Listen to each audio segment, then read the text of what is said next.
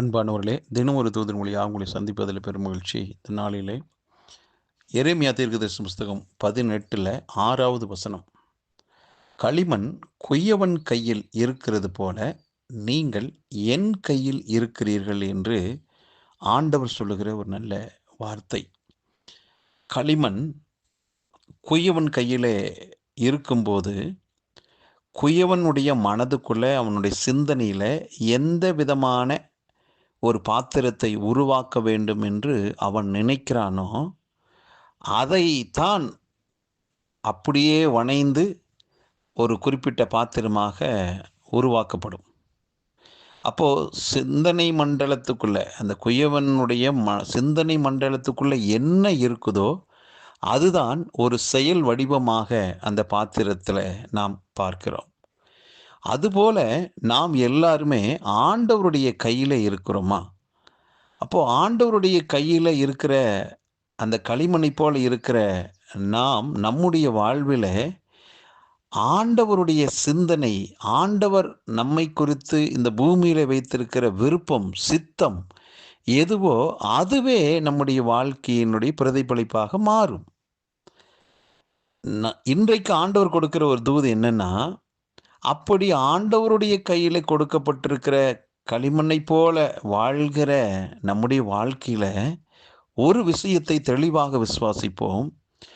என்னை குறித்து இந்த உலகம் வைத்திருக்கிற விருப்பம், சித்தம், என்னை குறித்து இந்த பூமியில இருக்கிற பொல்லாத தீய சக்தியாம் பிசாசு வைத்திருக்கிற சித்தம், அவனுடைய விருப்பம் என் வாழ்க்கையில ஒரு நாள் நடக்காது. ஆண்டவர் கொடுக்கிற வாக்கு, நீங்கள் என் கையிலே இருக்கிறீர்கள் என்று சொல்லிவிட்டார். அப்படி இருக்கும் பட்சத்தில் உலகமோ, மனிதர்களோ, நம்முடைய எதிரிகள் என்று சொல்லக்கூடியவங்களோ யாரோ, அவங்களுடைய சிந்தனை மண்டலத்தில் இருக்கிற விருப்பங்களும் சித்தங்களும் நம்முடைய வாழ்க்கையில் நடக்குமா? நடக்காது. ஒருவேளை சத்துரு உங்களை அழிக்கிறண்டா, உன் வாழ்க்கை இல்லாமல் பண்ணிடுவேண்டா என்று சவால் விடலாம். ஆனால் ஆண்டவருடைய கையில் இருக்கிற உங்களையும் என்னையும் அந்த சவால் என்ன ஆகுன்னா ஒன்றுமில்லாமல் போயிடும். சத்துரு 100க்கு 100 தோற்று போயிடுவான். ஆகவே இன்றைக்கு கர்த்தர் கொடுக்கிற ஒரு தூதின்படி நாம் அவருடைய கையில் இருக்கிறபடியினால் இந்த உலகம் என்னதான் திட்டங்கள் போட்டாலும் என் வாழ்க்கையில் அது நடக்காது. என் ஆண்டவர் என்னை குறித்து என்ன திட்டம் வச்சிருக்கிறாரோ அது மட்டுமே நடக்கும் என்று சொல்லி அவருடைய கையில் நம்முடைய வாழ்க்கையை முழுமையாக விட்டு கொடுத்துடலாம். ஒருவேளை நாம் அவருடைய கையில் இருந்தாலும் நாம் பிசாசுக்கு நம்முடைய மனசையும் சிந்தனையையும் விட்டு கொடுத்தா அது நம்மை ஆளுகை செய்வதற்கு நிச்சயமாக வழிவாசல் உண்டாகும். ஏனென்றால் மனிதனை கர்த்தர் ஒரு இயந்திரமாக படைக்கல. அவனுக்கு ஆவி, ஆத்மா, சரீரத்தை உள்ளடக்கி வச்சிருக்கிறார். ஆகவே அவனுக்கு சிந்தனை, விருப்பங்கள் எல்லாம் அவனுக்குள்ள இருக்குது. அப்போ அவன் எதை விரும்புகிறானோ அந்த வழியில் போகிறதுக்கு ஆண்டவர் பர்மிஷன் கொடுக்குறார், அனுமதி கொடுக்குறார். அதனால நம்முடைய விசுவாசம், நம்முடைய சிந்தனைகள் என்னன்னா, நான் கர்த்தருடைய கையில் இருக்கிறேன். ஆகவே நான் இந்த உலகத்தினுடைய எந்த தீய சக்திக்கு நான் இடம் கொடுக்க மாட்டேன், ஆண்டவர் மட்டுமே என்று சொல்லி அவர் மேலே, அவருடைய வார்த்தையின் மேலே நம்பிக்கை வச்சு இந்த நாளை தொடங்குவோம்.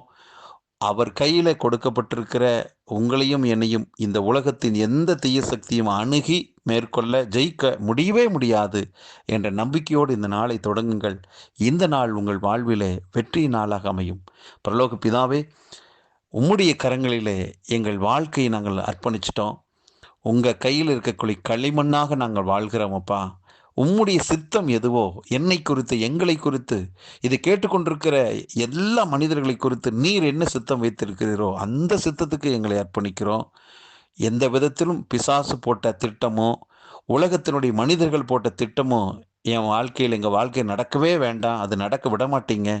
உம்முடைய பரிபூர்ண சித்தம் எதுவோ அது நடக்கட்டும். இந்த பூமியில் எங்களை கொண்டு நீர் செய்ய நினைத்த திட்டங்கள் யாவும் அப்படியே நிறைவேற போகிறதுக்காக நன்றி நன்றி. இதை கேட்டுக்கொண்டிருக்கிற ஒவ்வொருவரையும் மனதார வாழ்த்தி ஆசீர்வதிக்கிறேன். இயேசு கிறிஸ்துவின் நாமத்தை ஜெபிக்கிற நல்ல பிதாவே, ஆமென். அருமையானவர்களே, ஆண்டவருடைய கையில் இருக்கிறீங்க. எதுவும் உங்களை அசைக்க முடியாது. தைரியமாக இருங்க. வெற்றி உங்களுடையதே. நன்றி.